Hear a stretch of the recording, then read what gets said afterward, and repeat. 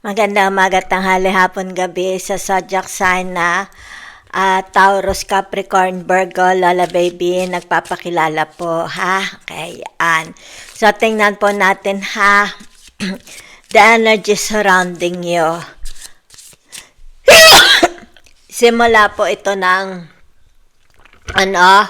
May, ka ngayon? 16 to the 31 of May, ha?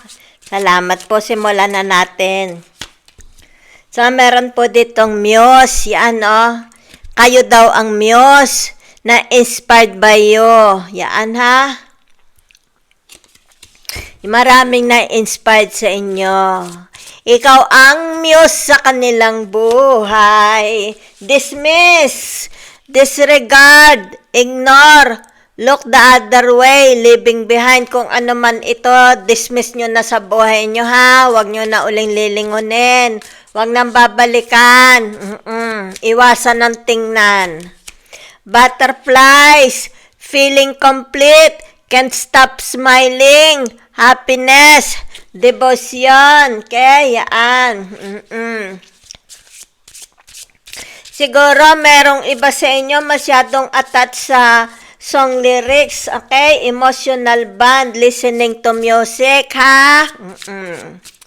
So, ano pa? Illuminate, revealing the truth, confession, shedding light, yan, ha? Oo, baka naman dito ay merong magkukumpisal sa inyo, confession about their love, about their feelings, di ba? So, tingnan natin, ha? Other energies. Meron pong susi, successful outcomes to your problems. Mukhang ito'y very soon. Ang nakikita ko, broken ring, parting of the ways in either romance or business. Yan, ha? Meron dito, scales, keep your life in balance. Yan, ha? Too much concern with sexual matters. Yan, ha? Okay, wishbone. A wish is granted po. Ay, napakaganda na niyan. Okay, ano pa? Leg. Stepping into a new experience. Yan, ha? So, tingnan natin your energy. Bago ang energy ng iba. Yan. Meron daw pong kasayahan, mukhang meron bonding-bonding, family reunion, di ba? Mukhang dito'y magkakaroon ng mga tao sa bahay ninyo, di ba? Malaking events ito, malaking okasyon. Coming soon, nakikita ko coming soon. Yan, manifesting, di na ito magtatagal. Summer, ibig sabihin ngayong summer. Yan. So, whatever is this, yan, ibig sabihin nito, hindi lahat ng tao is kapareho mo ng vibes, di ba? Yan. So, hayaan mo na sila, di ba? Kung hindi ka nila maintindihan, hayaan mo na sila. Yan na, huwag mong i-insist ang sarili mo sa mga taong mahirap makaintindi, okay? So, naririto, yan, ha? It's like napakabait ninyo, 'di ba? Kayo is very very concerned sa maarito'y kapamilya mo, 'di ba? Kung meron man sila, kasi meron silang yung kanilang damdamin is very wavy. So nakikita dito, ang makita ka lang nila, maaring kailangan mong bisitahin, 'di ba? Maaring kailangan ng tulong, 'di ba? Support. So nakikita dito, napakamabait naman ninyo, 'di ba? It's like isang tawag lang sa inyo, naroon na kayo. Okay? So ano ito? Sinong hinihintay ninyo, 'di ba? Sinong hinihintay nyo? Tao, kapatid, sino trabaho, kasagutan, 'di ba? Yan. So, naririto ang tinatawag na merong masakit sa puso mo, di ba? Yan. Kung ano man yan, ha? Ba't masakit ang puso mo? Meron bang nagsalita ng masakit sa iyo? Meron bang relationship na na-disappoint ka, di ba?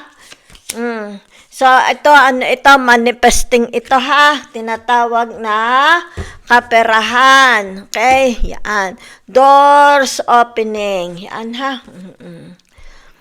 Meron dito ha, it's like family gatherings, reunion, may papasok na swerte, pera, 'di ba? So maaring ito whatever is this, 'di ba? Yan, may mag-aalok ng tinatawag tulong, yan ha. May magbubukas sa inyo, okay, ng tinatawag na partnership, opportunities, doors opening, or friendship, o tinatawag kapatawaran. Baka merong hihingi ng kapatawaran. 'Di ba? Maaring ito yung tinatawag a gift, 'di ba? May magbibigay sa inyo ng gifts, yan. Yun. So, meron dito, it's like, gusto nilang magkaroon ng tinatawag na tapusin na ito, 'di ba? Yan. Ayaw na nila ng away.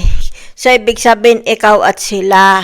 Okay? It's like ipapatch na itong samaan ng loob na ito. 'Di ba? It's like tinatawag dito, magmahalan na tayo. 'Di ba? Yan. So, whatever is this ha, maaring ikaw, yan ha, magbibigay ka. Halimbawa, sabihin na natin meron kayong mga bibisitahin, may dala kayong regalo, di ba? So, whatever is this, kung ano itong hinihintay mo, darating na. Dahil nasa unahan ha, darating na, magmamaterialize na. Okay? Kung ano man itong sakit ng puso mo, huwag kang magkaalaala. Meron na solusyon, di ba? Magmamaterialize na. Okay? So, tingnan naman natin ang iba. Okay? Yan. So, naririto ang blessings. Ay, kita naman ninyo, okay? Yan. Mahal na mahal kayo ng mga tao.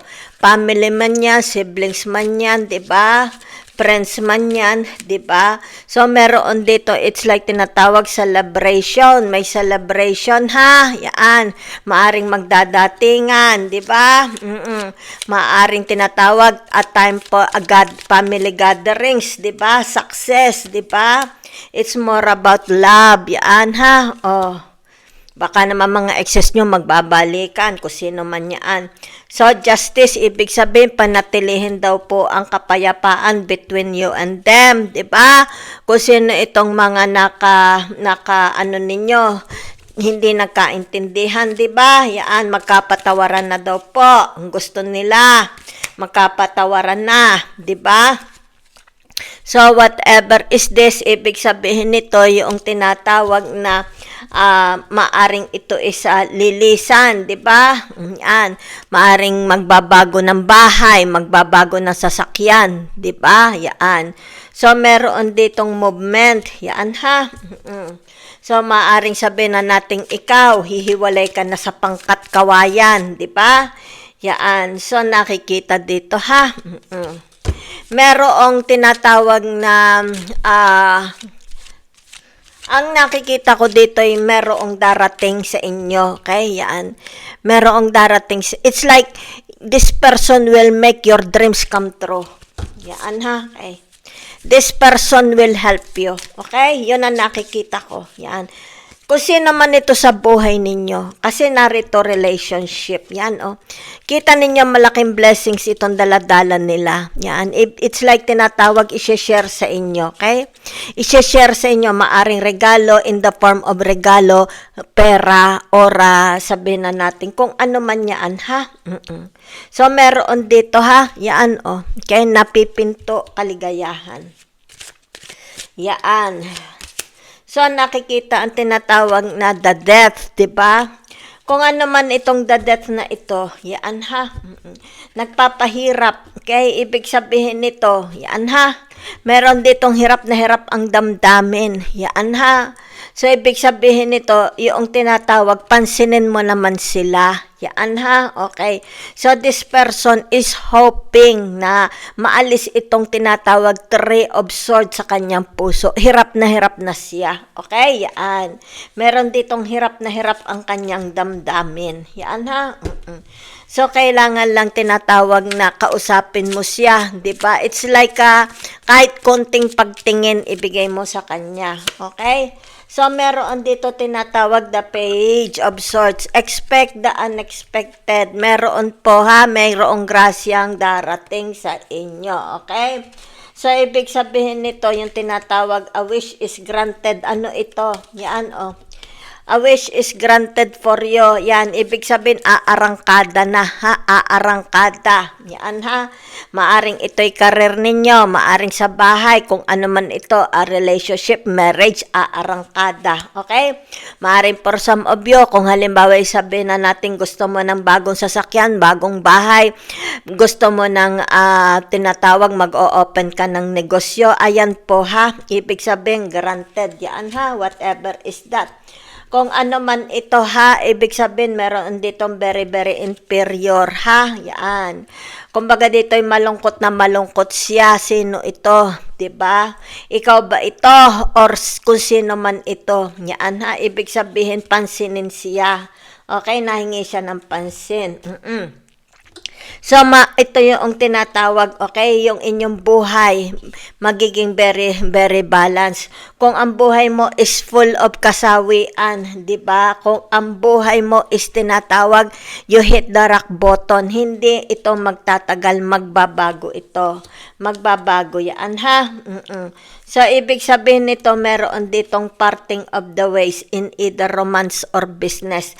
Nagkaroon ng tinatawag hidwaan. So, ibig sabihin nito, yung tinatawag tapusin na. Okay? Yan. Magkasundo na, ha? Okay. So, kung ano man ito, meron ditong susi.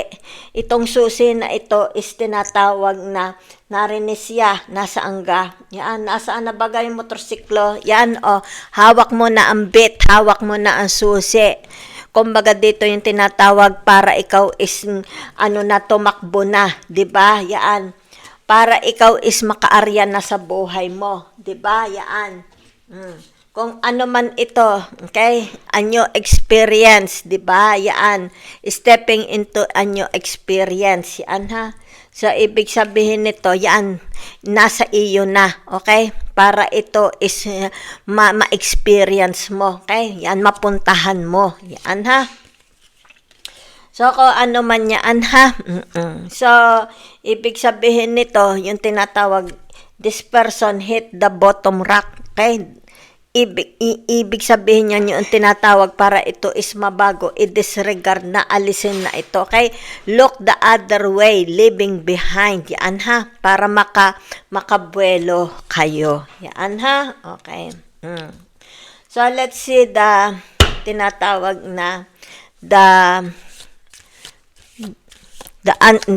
message or the advice from the universe, yan ha. Yan ha. So, ibig sabihin nito, narito ang tinatawag na the hangman. Yan ha. Ano itong minamanifest ninyo? Okay, yan. Ito minamanifest ninyo. Diba? Yan. Maybe it has something to do about your career. Maybe it has something to do about marriage, love, romance. Diba? Maybe it has something to do about para magmaterialize, di ba? Yan. So, nakikita, mukhang magmamaterialize dahil narito ang tinatawag na the Ace of Pentacles and the Ace of Swords. Magmamaterialize, di ba? It's only a way of thinking. Baguhin laang. Ibig sabihin, don't entertain. Huwag mong paslangin, di ba? Huwag mong entertainahin. Ibig sabihin nito, yung tinatawag makaka-recover ka. Kaya kailangang makarecover ka. Huwag ka dito manatili, di ba? Yan sa tinatawag Three of Swords. Yan ha. So, ano pa ito? For some of you here, you are planning, okay? If you are planning, ibig sabihin nito, paglalakbay. Yan ha. Okay, yan, paglalakbay. Meron dito planning. Yan ha. Yan, ibig sabihin nito, nagpaplano kayo ng paglalakbay. Yan, matutuloy ito. Yan ha. So, kung halimbawa gusto mong maglakbay, a wishbone, ibig sabihin, granted, a wish is granted, makakapaglakbay kayo. Diba? Yan. Kung dadaan ka sa mga immigration, mapapagbigyan. Okay? Kung ito yung paglalakbay nito has something to do about family reunion, family migration, immigration, matutuloy. Yan, granted ha, granted. So, tingnan pa natin.